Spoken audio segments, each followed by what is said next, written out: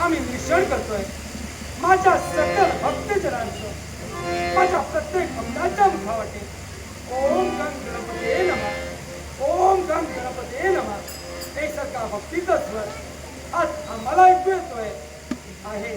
या तुमच्या आराध दैवताचा, गणपती गजाननाचा मंगलमय आशीर्वाद जो भाविक भक्त एक निश्चितेने या देवाच्या चरणी लीन झाला, त्याच्या जीवनातील पाप, दुःख, दारिद्र्य, द्वेष दूर करण्यासाठी आम्ही सदैव तत्पर राहतो.